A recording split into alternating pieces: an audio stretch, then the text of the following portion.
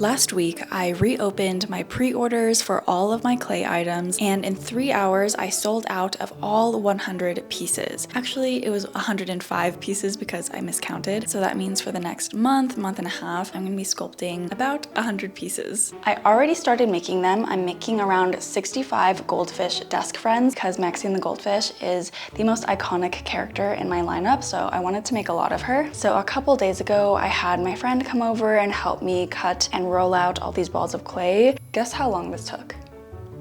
2 hours, and we didn't even finish rolling them all up. So I'm gonna be doing that today. And while I'm sculpting, I'm gonna answer some of your questions. As someone who runs a business and also does content for a living, your girl has to do a lot of writing, whether it's pitching a project for a client or what I'm doing right now, which is writing product descriptions for my shop. Even though they're super important, it's really hard for me to put all of these months of hard work into a concise, coherent product description. That's why I'm so happy that today's sponsor is Grammarly. I've been using Grammarly since I was in high school, and 7 years later, I still use it for all of my writing needs. It helps me save so much time so that I can work on my art while still communicating what's important with high quality, personalized suggestions. So real quickly, I'll show you how I use it. You can access Grammarly's AI tools by going to app.grammarly.com. Here I am working on the description for the new digital book. I wrote this the other day, but I think it could be better. So I'm gonna use the humanizer function to make it more warm, but also make it more clear. And here are the suggestions that it's made. And in the same document, I'll use the reader reaction tool. This will help me see exactly what information is conveyed from the perspective of my customer. This is super important for something such as a product description. For example, it's clear that there is going to be 24 pages, but it doesn't tell you what type of file you're going to download. So that's super useful, and now I'm going to add that. Level up your productivity and get Grammarly today. You can use my link for 20% off pro. So this is what we have to work with so far. Like I said, we're making a ton of these Maxine the goldfish, but with a twist. This is an unbaked piece that I made a while ago. Once it's baked, the body actually turns translucent and it has a very glass-like candy effect, which is my signature. But the one thing I really wanted to change this time around was the size of them. I want to make them bigger. So this is the original size, like 20 grams of clay. This one is 25 grams of clay, so it's a bit bigger, but I'm making them all now with 30 grams of clay. Just because, I don't know, I felt like for a desk figurine, I wanted to make them more worth the money. I just think it'd be much cuter, and overall I'd just be much more happy with these desk friends if I increased the size of them. So that's what we're doing. All of these are 30 grams of clay. It's probably what I love most about having a handmade business is that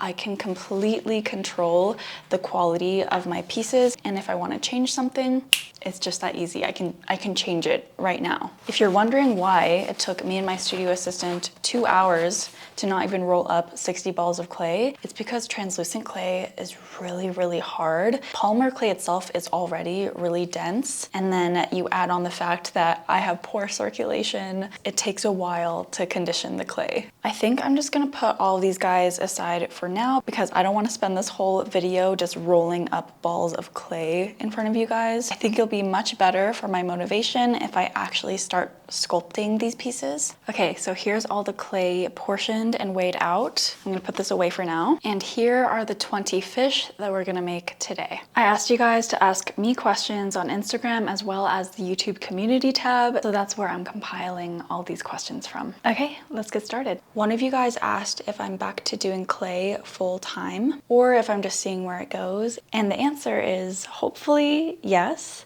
But also I am just seeing where it goes. Especially for this drop, I specifically chose to limit myself to doing only 100 pieces within the next month or so because I'm really scared of being burnt out again. But also I want to give myself enough time to really build a stable foundation and build better systems for me to follow from now on into the future. So for example, when I first started my small business, I was doing literally everything by myself. And towards the end of 2024, I was actually, learning from my mistakes. I had hired my friend to be a part-time studio assistant who I was paying an hourly wage. But by the time I had actually asked for help and hired her, I was already so far gone into my burnout that her help didn't really help. I was too far gone. So then I take a break for all of 2025, and fast forward to now, I decided to immediately out the gate ask her to start working for me again. So now she's coming in once a week, and I'm considering even asking for more help, but I don't want to jump the gun. I'm gonna see how much help I actually do really want and need. Here's just some orange pastels now that I'm gonna add to a paintbrush and dab directly on Maxine the goldfish. But yeah, all that to say, this first drop is gonna determine whether or not I'm gonna be doing clay full-time again. Because the pre-order is sold out within just a few hours, I know that there is still a demand for my art, which I'm so grateful for. But the test now is to see whether or not I've learned from my mistakes and whether or not I can find a system that works for me so that I can hand make each piece on a monthly basis and not get burnt out. So to do this, I've done a couple things. First thing, of course, is I've hired help. My studio assistant who helps me weigh and roll the clay. In the future, she's gonna help me glaze my pieces with UV resin as well. I need to train her to do that.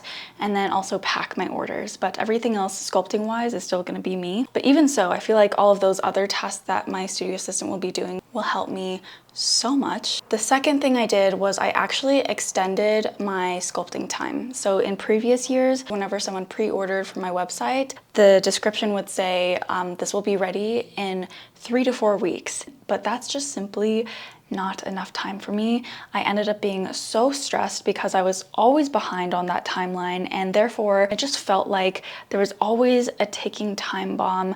I felt like I was always disappointing people because my orders were always late. I'd get emails saying like, where's my order? Where's my order? Albeit it was just a few people. It felt like everyone was waiting for me. It was just really stressful, and I'm sure that contributed to the burnout. Now I've extended the processing time to 1 to 2 months. So that way, worst case scenario, I have an extra month to work on my orders. And the biggest thing I've learned over the years is that you guys are incredibly kind and patient with me. It's just my responsibility to be honest with you guys and to be open and have super clear, open communication on when to expect your order. I think extending the processing time will help so much also with the quality because I won't be as rushed. Obviously, I still want to get my sculptures out to you in a reasonable amount of time, but yeah. The other thing I'm changing, which leads into the next question, how often will I do clay drops? I'm hoping to have like a regular schedule of monthly clay drops. Each clay drop will have different characters available. I think it'll help me stay like refreshed because I'm making new things. I mean, of course I'll have some characters who will just always be there. Like I imagine Maxine the goldfish will always be a recurring character just because she's my flagship character at this point. But I think if there's something special or different each month, it'll make each drop feel more rewarding. Like I made it to the next month in the year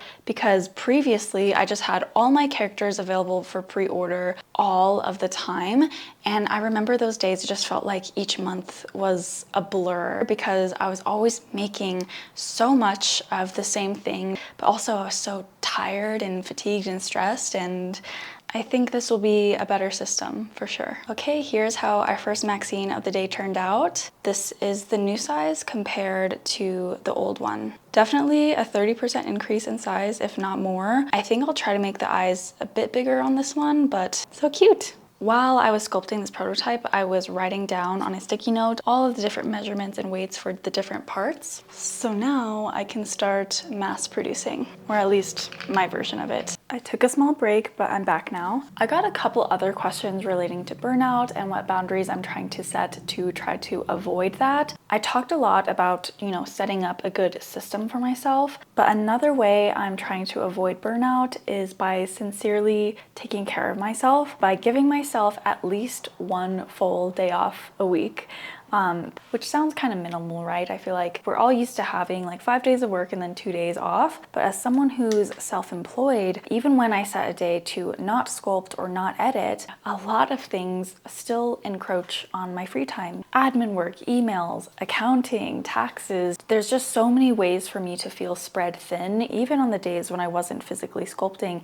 And that's truly what led to my burnout, was feeling so spread thin, not really the sculpting itself. I actually found a lot of peace in sculpting, and I still do to this day, but it's everything else that's associated with it, and just truly never giving myself time to rest or explore my other hobbies, to, you know, be a person and try new things and gain new experiences, like all of those things that should inform your art. You need time to do that. So nowadays I'm trying to give myself at least one me day where I'm not doing housework, I'm not doing admin work, I am just letting myself be. So actually that's what I did yesterday. I woke up, I ran a mile, I visited my favorite stationery store, my favorite bookstore. I started Beach Read by Emily Henry. It's like the cutest summery novel ever. I'm also playing my Nintendo Switch again, like at nighttime. So after I'm done with work for the day, I have a little something to look forward to. Another hard boundary I'm setting is sleep. I'm quite guilty of staying up late or waking up super early to get work done, but on a regular basis, I really need my 7 to 8 hours of sleep. And all of this accumulates to just really me prioritizing my health. I sort of knew this already as an artist, but I was reassured when I was redoing The Artist Way. You sign a contract that says basically for the next 12 weeks, I commit myself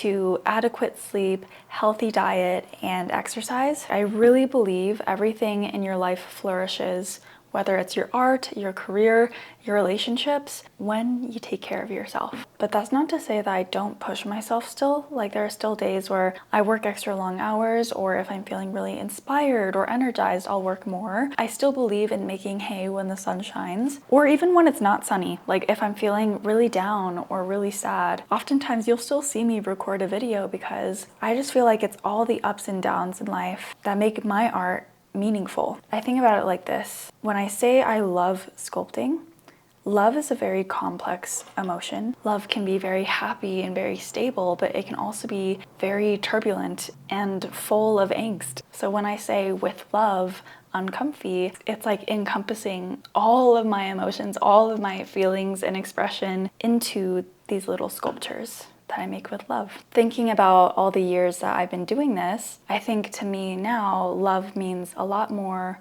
perseverance. Adding another little fin here. I try to make everything as even as possible. So you'll see me like continuously look at my piece at every possible angle. I wonder if I'll be making these into my old age. The thought used to terrify me that I would be doing the same thing even when I was old, but now it almost makes me happy. The thought that I could do this into my old age. If I'm forever known as the goldfish lady, I won't complain. I got a couple questions asking whether or not I will continue the manufacturing of my items, such as my coloring books and my plushies. Like, those are the main two things that I was focusing on last year. They are not made by hand, they are made by factories. For now, I've paused that because I really just want to focus on my handmade stuff again. I'm gonna move everything back in-house. So that means no more warehouse shipping things for me. I'm gonna have my own little intimate team here pack and ship all the orders again. I don't regret trying the warehouse because it did allow me to travel and explore the world while still being able to run my business. I think there's so much value in that, but I want to try to move everything in-house so that I can manage the quality of everything and just move at my own pace as well. Here is the second Maxine of the day. All right, so I kind of feel like not talking anymore, so I think I'm just gonna lock in for the next few hours and then I'll be back. 6:50 a.m. on a Tuesday, bathed in birdsong. The moment I wake, turn the dial to the right place. This is my morning, the Tennessee way. Hello friends, it's the next day. I didn't end up getting that much done last night, but that's okay. I'm really optimistic that I can get a lot more done today because it's a much earlier start. Like, the sun is shining. I'm definitely much more productive in the daytime than at nighttime. But this is what I got done. I got started on 5 new Maxines, and I was just in the middle of rolling out the eye bags for this guy when Mr. Uncomfy came home for dinner. So that's why I didn't get that far. But before we get sculpting and answering more questions, I wanted to show you guys this cutesy little package I got from Point Creative Supplies. Sorry, I don't like how it's just like a big black box behind me. 1 second. Okay, that's much better. But anyway, now that my clay shop is open again, I feel really inspired to support other small businesses. So I have a few other things to show you guys as well. But first is this cute little package I got from Point Creative Supplies. This place is my favorite stationery creative supply store here in Denver. I'm really good friends with the owner, and this week when I visited their store, he actually gave me this cute little gift box filled with all of these Japanese stationery goodies. Says here, "Dear Tammy, we truly appreciate all that you've done to promote our little shop. Creators like you have really helped us grow. Please enjoy this little gift." And I just want to say, I feel like I talk about this store a lot, but it's because I genuinely love them. Like, I really don't promote stores unless I really like them. This was just so thoughtful and a really sweet surprise. So let me show you real quickly. First is this little Penco clamp. A lot of artists love to use this for their sketchbooks or journals. This helps keep the pages lay flat while you're working. And Penco is just a really beloved Japanese brand. We have some index clips to organize your notebooks neatly. Super useful. I love this so much. It's the cutest little stamp of a butterfly cat. And this is how I know Jason is super thoughtful. He knows that I just got the passport size of the traveler's notebook. Here it is actually. I got this at his store and he included some extra refills for my notebook. This one I'm actually really excited for. It's a clear zipper case to put all of my loose papers in. I had never seen this before. I believe it's just a little pocket to hold maybe like a pencil sharpener or something like that. A really cute pink color. In here, we have the most beautiful fountain pen ink. This is Iroshizuku, produced by Pilot. And look at this ink, you guys. It's like a really pretty deep turquoise. I'm really excited to try this. And last but not least are these cute deco stickers. I love using stickers for planning, journaling, and also for writing cute little letters to my friends. So yeah, this is like the best thing I've gotten recently, is just a selection of Japanese stationery. This is truly like the hobby that I've been prioritizing to like help with my mental health and to avoid burnout. It really just comes down to me being able to hyperfixate on something other than clay. I just feel like life is so much more interesting when you have cute little hobbies like this. So yeah, if you're in Colorado, definitely check them out. Thank you, Jason, Emily, and Audrey. Super happy about this. The next small business I really wanted to highlight is this new brand. This is the small business name. I think it's called Cozy You. The drawstring on this is super extra large, and that's exactly what makes it really adorable. I also really like the balloon sleeves. This is a really fun take on your normal hoodie. I would wear this longer, but it's like 80 degrees in this room, so I'm gonna take this off for now. The owner's name is Harris, by the way, and she also sent me this really unique scrunchie. Super pretty. I also want to read a part of her note because it means a lot to me. It says, "Hi Tammy, I'm so excited to finally share this with you. Your creative passion and building Uncomfy has shown other girlies that there's always room for their softer side in a busy life." When I first read that, I like genuinely started crying. I feel like it's so easy for me to like forget my mission. But then every once in a while I get a letter like this that reminds me like this is exactly why I do what I do, why I'm going back to my handmade, small batch, slow business model. There's something so powerful about being able to build a business for yourself while at the same time learning how to self-regulate and how to take care of yourself and how to do everything like sustainably and with passion. So yeah, thank you, Harris. Interacting with small.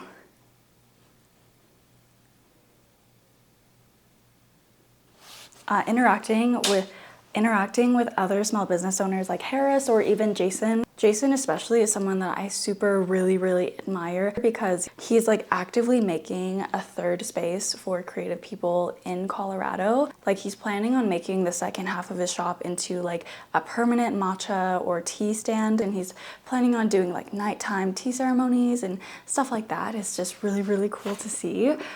So when I think about, so someone asked me to share about like my future plans, and I think way in the future, like when I know for sure where I want to settle down in life, and it's my new dream to like open a physical space, whether that be a store or a cafe or a mix of both. I think that would be really, really cool for future Tammy to look forward to. Like, I think that would be the next step for me to really get outside of my comfort zone, is to like inhabit a physical space and like really help build a community around that, but definitely not right now. For now, in the immediate future, I have other plans for Uncomfy, but I can't share them quite yet. You guys will just have to see. Okay, I really need to start sculpting now. Somehow it's already 1:40. I swear to God, I got into the studio at 12 today, but I think it's because I got distracted. I was posting stuff on my story to support other small businesses, and here we are right now. Back to sculpting. I'm gonna try to finish these 5 at least. Now that the bodies are done, I think it should be smooth sailing from here. So let's answer another question. Do you regret college? Do you believe that it helped with your business and who you are today? I do not regret college at all. As each year passes, I actually get more and more grateful that I have my bachelor's degree. I graduated with a degree in fine arts with the emphasis on digital design, and I just think it's so cool that I have that, and I'm really grateful that I even got to go to university, because a lot of people don't get to do that. The funny story about this is, at the time, like while I was in school, I really wanted to drop out. I can't tell you guys how many times I wanted to quit school and just focus on my small business, because I really felt like I had gotten what I needed out of school, which was the basic knowledge of graphic design and marketing and storytelling. All of those things helped contribute to my small business's success. So by the time I was in my 3rd year of college, I was like already working on my business full time. I really felt like I didn't need school anymore, and that it was just holding me back. I had even gone as far as walking up to the front office and asking to drop all my classes. But this was in the middle of the semester already. It was way too late to just drop classes without any repercussions. And some really important context to give, though, is that I was a recipient of the Pell Grant. At the time, if you lived in the USA, you could apply for a grant that was funded by the government to essentially pay for your whole schooling. So that's what the Pell Grant did for me. My family, my parents did not make enough income, and that's why I qualified for the Pell Grant. So I was incredibly, incredibly lucky to not have any student loans. It's such a special opportunity, and when I realized that, I decided to finish my schooling, and now I'm super happy that I did. I think if I had just quit school and just focused on my small business, it might have been too much pressure for me. I might have crumpled. But because I had the mentality that I'm still a student, I still have a plan B, that safety net that being a student provided for me really allowed me to flourish creatively, because I realized that my inner artist can only flourish whenever I feel safe. So yeah, if you have the means and the opportunity to attend college, I still think it's incredibly valuable, especially if you are a person of color. And I know times are different now. I'm not sure if the Pell Grant even exists anymore. Even just going to a community college or a state college like myself, I definitely vouch for like a school that you can afford that has the most value to you, not necessarily the prestige or the name. My battery died, so I just had to replace it. But going back to the prestige of the school, especially when it comes to art, no one cares if you went to Parsons. No one cares if you went to Rhode Island. No one cares, especially now that everything is democratized through social media. Like, I went to a school called CU Denver. No one knows what that is. But because CU Denver's art program is a little less robust, it was honestly a very easy and manageable workload for me to be able to work and study at the same time. I was able to save money and make a name for myself, and eventually Stanford University asked me to speak at their panel. So yeah, it's just like whatever school that you can afford, that you feel has a good community fit for you. Like, I loved going to a commuter school because I didn't have to stay at a dorm. I could just go home and work on my stuff. And that was the mentality of everyone on campus. Like, we just went to school for the classes, we did our stuff, and then we also had a life separate from just being a college student. And I think that also really prepared me for the real world or whatever. Okay, so I've added all of the faces to these fish, and now I have to add all the dorsal fins, but I need to mix more of this clay color.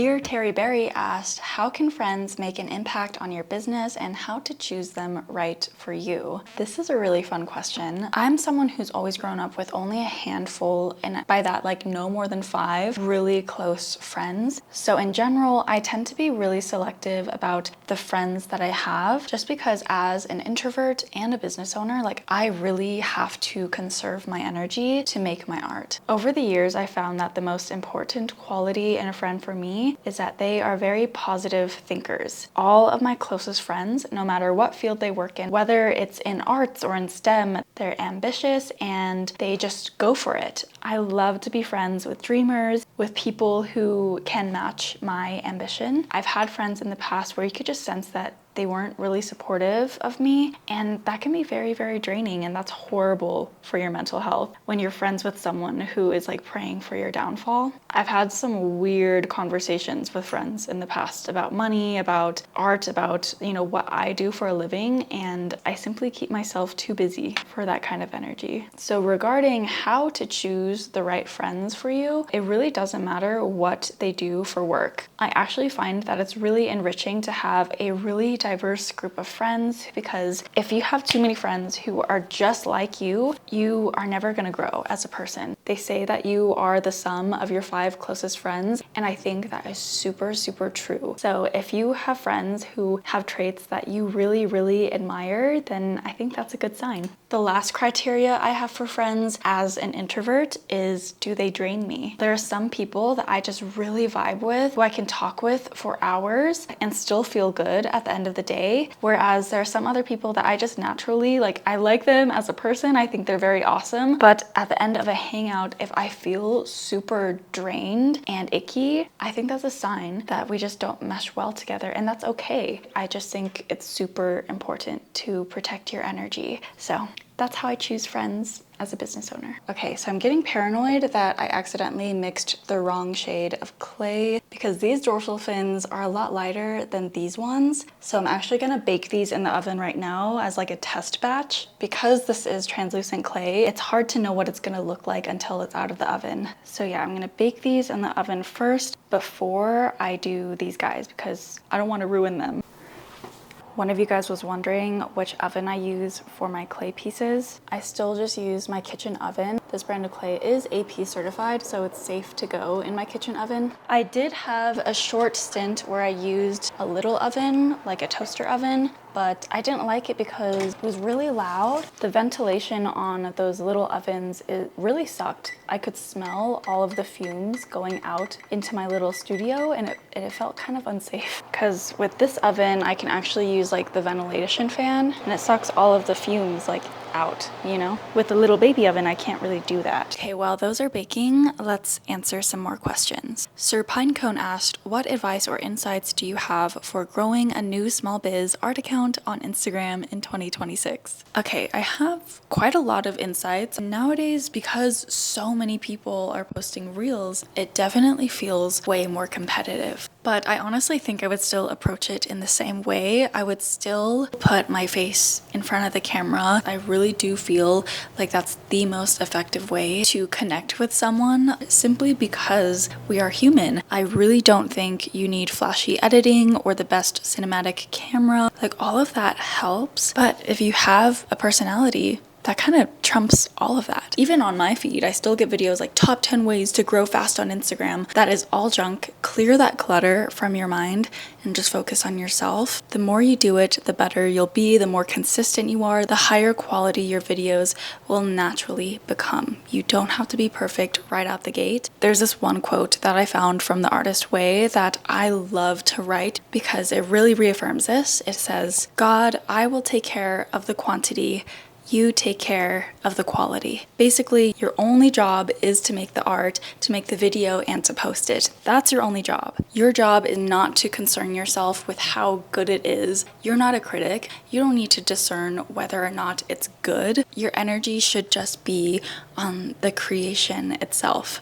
And that sentiment has really helped me stay consistent no matter what's trending online, no matter how much the internet changes. I can trust myself to adapt because my only job is to create. Oh, and another quote I really like is to share your story and share it often. Each time you're sharing your story, you're getting a new audience. You are letting someone new into your community. And on the days when you're not sharing your story, you're teaching people. You're telling people your favorite things to use, your favorite methods, your favorite things that have helped you grow as a small business owner. And by doing that, you are strengthening your community. So yeah, those are my tips for growing a new small business art account. Tell your story, tell it often, and while you're doing that, teach and help other artists along the way. That's basically how I grew my YouTube channel, and I would still do that even if I was starting over from scratch today. All right, here are all the little guys out of the oven. I'm so happy to finally have these guys baked because I made them forever ago, especially this one. Now that I have her baked, I can finally glaze and photograph her, so she'll be available in my shop next month. I've never made a strawberry Maxine desk friend before, and she's so stinking cute. I also think the color of these dorsal fins is close enough to the first one. I just added a little bit more translucent clay and a little bit more orange, so I think the next go around will be perfect.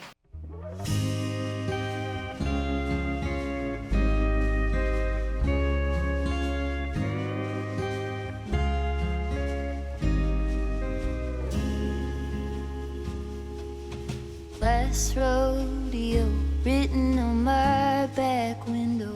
I've never tried this before I met you.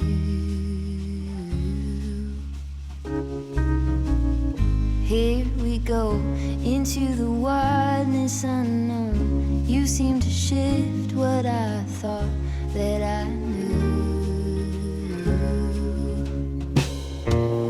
Kaleidoscope, both of us changing our pattern with every spin. Hi guys, it's really late at night now. I want to answer some deep questions. Colleen asked, my biggest learning of 2025.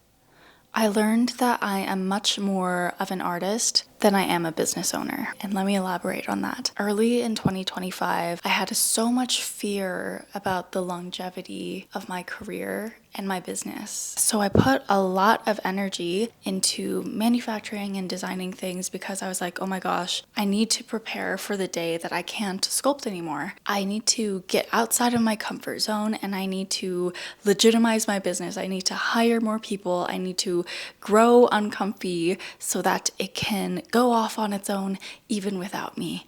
But now that I'm a year older, a lot of that fear has dissipated. My perspective has almost totally flipped 180 degrees. Instead of thinking, oh, I can't possibly do this forever, so I might as well stop while I'm ahead. Now I think totally different. Now I think I'm still healthy and young and I still have so much passion for it, so why stop? That was kind of what led me back to my path as an artist. The whole point of Uncomfy was to make art to make others feel comfy again. Like, yes, I still want to design things and make things at an accessible price point for other people, but as an artist, I love making things with my hands. It's like what I was meant to do. So even though it technically makes me less money for the amount of time that it takes me, it brings me so much purpose. And for a whole year, I kind of lost my purpose. And that's why I was so sad. I'm so grateful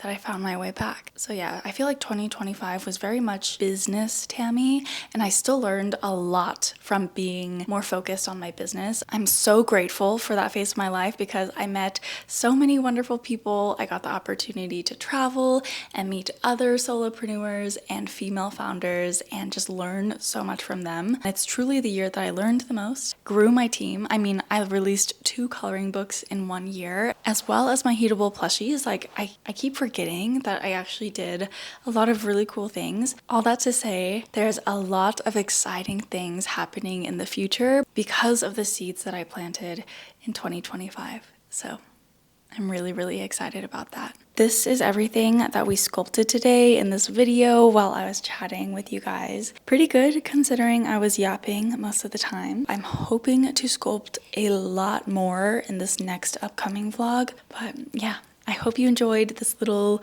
cozy yap session. I don't know, I was so tired, but I just felt like talking for some reason. Now that shows you how much I love you guys, because I don't really talk that much. All right, I'm gonna go to bed now, but I'll see you very soon. Okay, bye. I'm hushing the dog on the chain. I'm running up stones on the edge of the bank. Rally the troops for another refrain. I sing this softly